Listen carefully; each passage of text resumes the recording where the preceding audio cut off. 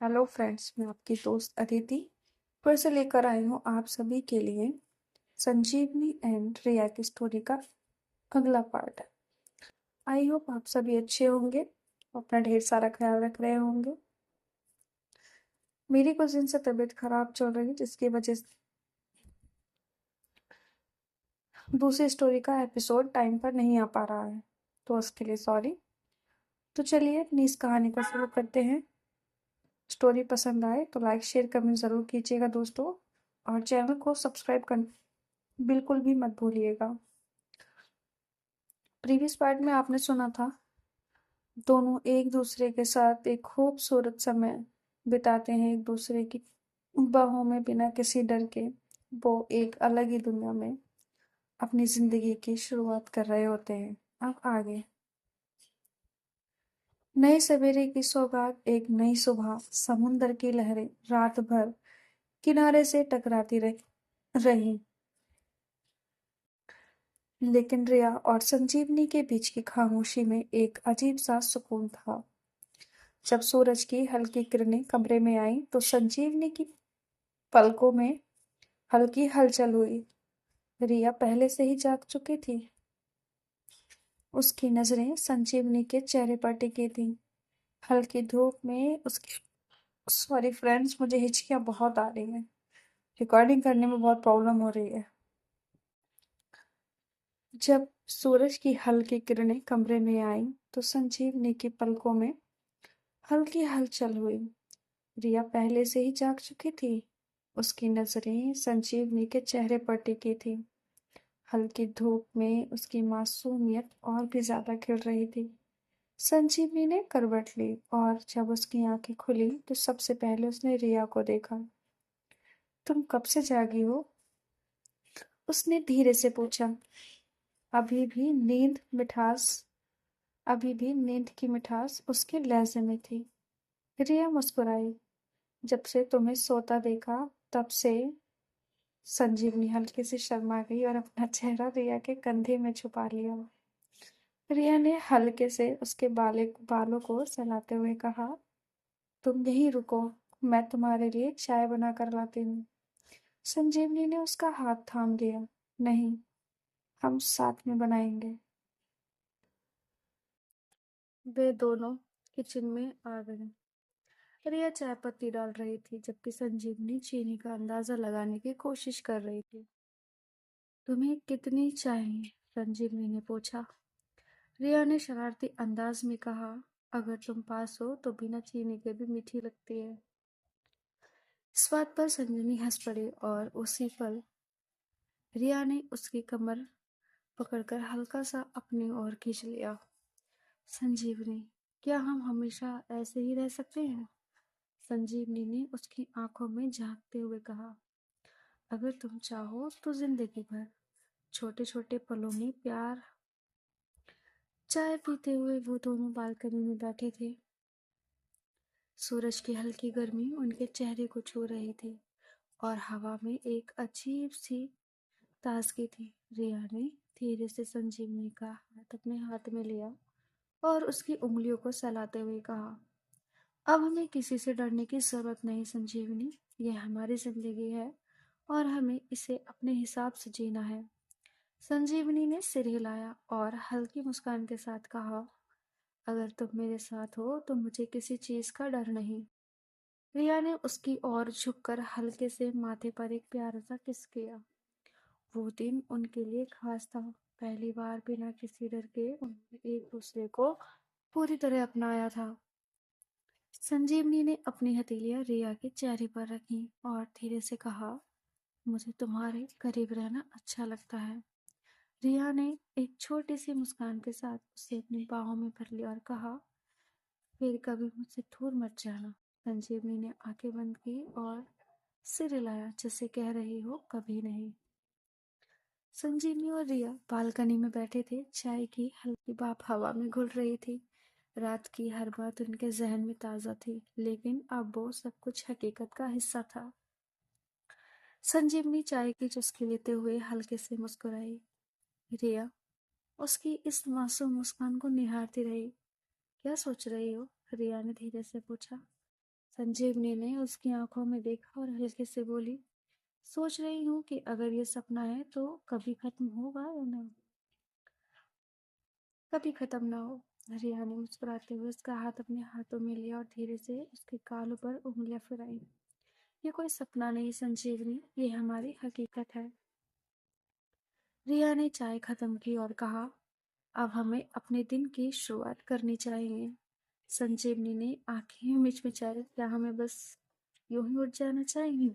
रिया हंस पड़ी। तो तुम्हारा क्या सुझाव है? संजीवनी ने हल्की शरारत से उसकी ओर देखा। थोड़ी देर और पास बैठ सकते हैं।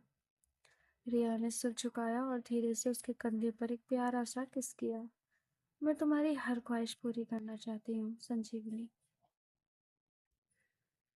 रिया ने सिर झुकाया और धीरे से उसके कंधे पर एक प्यारा सा किस किया। मैं तुम्हारी हर ख्वाहिश पूरी करना चाहती हूँ संजीवनी।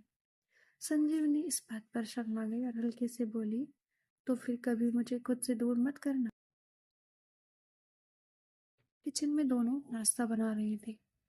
संजीवनी ने आटा गूंथने की कोशिश की लेकिन उसके हाथ बेतरकीब तरीके से लिपट गए। रिया ने हंसते हुए कहा, लगता है तुम्हें सीखने की जरूरत है। संजीवनी ने जानबूझकर आटे से रिया के गाल पर हल्का सा स्पर्श किया और तुम्हें सजा की जरूरत है। रिया ने उसे पकड़ लिया और दोनों हंसते खेलते एक दूसरे के करीब आ गए। हंसी मजाक के बीच भी उनके बीच एक अनकहा प्यार बह रहा था जो शब्दों का मोहताज नहीं था। जब नाश्ता तैयार हुआ तो दोनों ने एक ही प्लेट में खाया। संजीवनी ने हल्के से रिया की उंगलियों पर हाथ रखा। पहले कभी सोचा नहीं था कि प्यार इतना खूबसूरत भी हो सकता है। रिया ने प्यार से उसे निहारते हुए कहा, प्यार तब और खूबसूरत हो जाता है जब सही इंसान मिल जाए। संजीवनी ने अपनी हथेलियां रिया के चेहरे पर रखी और कहा, मैं तुम्हारे साथ हर लम्हा जीना चाहती हूँ। रिया रिया ने हल्के से उसकी आंखों को चूमा और कहा, फिर तो यह सफर और भी खूबसूरत होने वाला है। रिया और संजीवनी नाश्ते के बाद सोफे पर बैठी थी। खिड़की से आती हल्की धूप उनके चेहरे पर पड़ रही थी। संजीवनी ने सिर रिया के कंधे पर टिका दिया। उसकी उंगलियां अनजाने में रिया की हथेली से खेल रही थी। रिया, क्या तुम्हें कभी डर नहीं लगा? संजीवनी ने हल्की आवाज में पूछा। रिया ने मुस्कुराते हुए उसके बालों में उंगलियां फेरते हुए कहा, डर किस बात का? संजीवनी ने हल्की सांस ली कि दुनिया हमें नहीं समझेगी या कि शायद ये सब बस एक खूबसूरत ख्वाब बनकर रह जाएगा। रिया ने उसके चेहरे को अपने हाथों में लिया और उसकी आंखों में देखा। संजीवनी, मैंने अपनी पूरी जिंदगी में कभी इतना सुकून महसूस नहीं किया जितना तुम्हारे साथ करती हूँ। मुझे किसी से डर नहीं लगता क्योंकि मेरा हर आने वाला कल तुम्हारे साथ जुड़ा है। संजीवनी की आंखों में हल्की नमी आ गई लेकिन वो मुस्कुराई। तो फिर हम हर दिन ऐसे ही जिएंगे? रिया ने रिया ने हंसते हुए उसे हल्के से अपनी बाहों में भर लिया। हर दिन हर पल, जब तक हमारी सांसें चलेंगी, जब तक हमारी सांसें चलती रहेंगी, तब तक हम अपना हर दिन ऐसे ही जिएंगे। दिन धीरे धीरे बढ़ रहा था। संजीवनी ने रिया के कपड़े धोने में मदद की, फिर दोनों ने साथ में घर को थोड़ी साफ सफाई भी की। संजीवनी किताबों की अलमारी ठीक कर रही थी जब रिया उसके पीछे आकर खड़ी हो गई। तुम्हें पता है संजीवनी, जब तुम काम में मग्न होती हो तो और भी खूबसूरत लगती हो। संजीवनी ने पीछे मुड़कर उसकी ओर देखा। सिर्फ जब मैं काम कर रही होती हूँ तब? रिया हंस पड़ी। तुम हर वक्त खूबसूरत लगती हो लेकिन जब तुम किसी चीज में पूरी तरह खो जाती हो तब तुम्हारी आंखों की चमक अलग ही होती है। संजीवनी मुस्कुराई और हल्के से उसकी उंगलियां पकड़ ली। अगर तुम मेरी जिंदगी में इसी तरह शामिल रही तो शायद मैं हर दिन और खूबसूरत बन जाऊं। शाम होते होते हल्की ठंडक बढ़ने लगी थी। दोनों छत पर एक साथ खड़े थे। हवा उनके बालों से खेल रही थी। संजीवनी ने रिया ने संजीवनी के गालों पर हल्के से उंगलियां फिराई। क्या मैं तुम्हें एक बात कहूँ? संजीवनी ने हल्की मुस्कान के साथ सिर हिलाया। मुझे तुम्हारी हर छोटी चीज़ से प्यार हो गया है। तुम्हारे सोने का तरीका, तुम्हारी हंसी, तुम्हारा शर्माना, तुम्हारा मुझसे झगड़ा करना, सब कुछ। संजीवनी की आंखें इस बात पर भर आई। उसने धीरे से रिया की बाहों में खुद को समेट लिया। मैंने कभी नहीं सोचा था कि कोई मुझे इस तरह समझेगा, इस तरह अपनाएगा, बिना किसी शर्त के। रिया ने हल्के से उसके कान के पास कहा, क्योंकि तुम मेरी हो और मैं तुम्हारी। संजीवनी ने हल्की शरारती मुस्कान के साथ कहा, फिर मुझे अपनी बाहों में हमेशा के लिए कैद कर लो। रिया ने हल्के से उसे अपनी बाहों में कस लिया और धीमे से उसके माथे पर अपने होंठ रख दिए। रात होते होते दोनों छत पर लेटी हुई थी। आसमान में तारे चमक रहे थे। संजीवनी ने धीरे से कहा, क्या हमारे प्यार की कोई मंजिल होगी?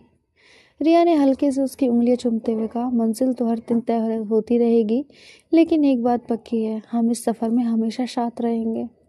संजीवनी ने सिर हिलाया। फिर मैं इस सफ़र का हर मोड़ तुम्हारे साथ देखना चाहती हूँ। रिया ने हल्की हंसी के साथ कहा, और मैं तुम्हारे साथ हर सुबह और हर रात बिताना चाहती हूँ। संजीवनी ने उसकी आंखों में देखा और धीरे से कहा, तो फिर ये हमारी नई शुरुआत है।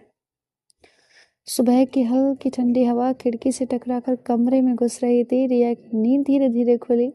उसने देखा कि संजीवनी अभी भी उसकी बाहों में थी और उसकी सांसें हल्की और शांत थी।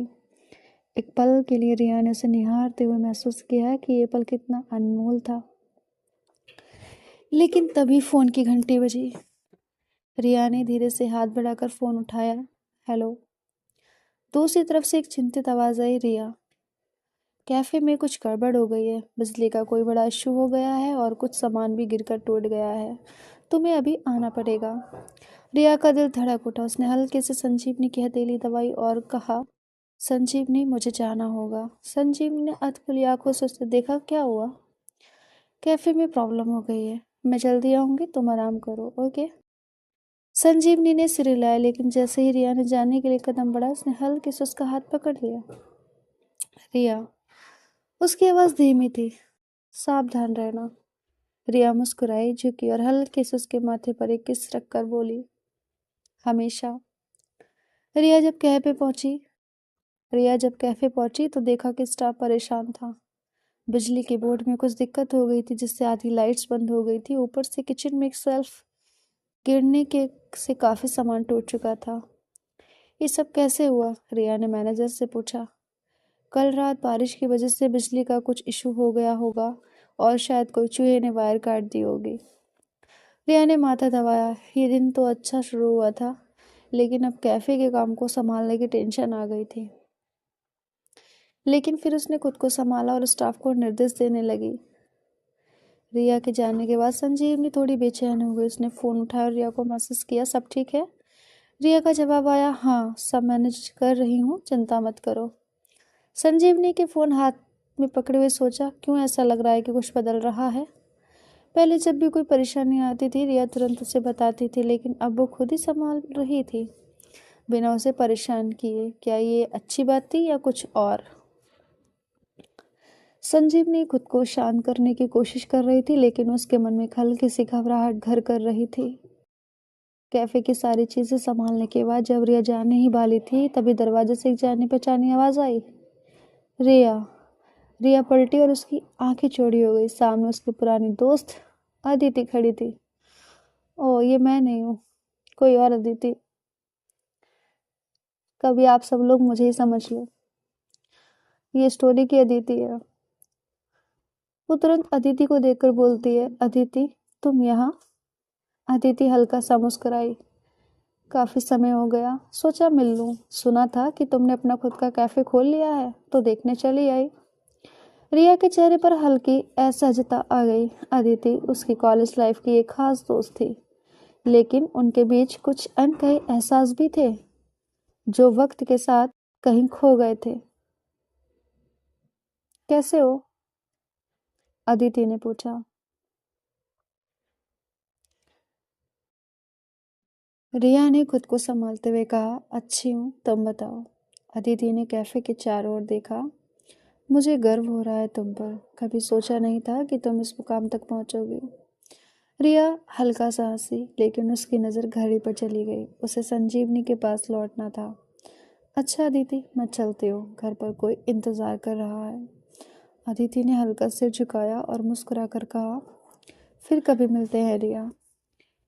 रिया ने सिर हिलाया और तेजी से बाहर निकल गई, लेकिन उसके दिल की धड़कन थोड़ी तेज हो गई थी। रिया जैसे ही घर पहुंची, उसने देखा कि संजीवनी बालकनी में बैठी थी, गहरी सोच में डूबी हुई। क्या हुआ? रिया ने उसके पास जाकर पूछा। संजीवनी ने उसकी ओर देखा और धीमे से पूछा, तुम ठीक हो? हाँ, सब मैनेज हो गया। रिया ने संजीवनी की हथेली को पकड़ लिया, लेकिन उसने हल्के से अपनी उंगलियां छुड़ा ली। कुछ तो है जो तुम मुझसे छिपा रही हो रिया। रिया चौंक गई। ऐसा कुछ नहीं है संजीवनी, बस थोड़ी टेंशन थी कैफे की। संजीवनी ने गहरी सांस ली और कहा, रिया, क्या तुम मुझसे वादा कर सकती हो कि जो भी हो मुझसे कुछ नहीं छुपाओगी? रिया ने उसकी आंखों में झांका। वो जानती थी कि उसे अदिति के बारे में बताना चाहिए, लेकिन क्या ये सही वक्त था? उसने संजीवनी का हाथ थामा और हल्के से कहा, मैं तुमसे कुछ नहीं छुपाऊंगी संजीवनी।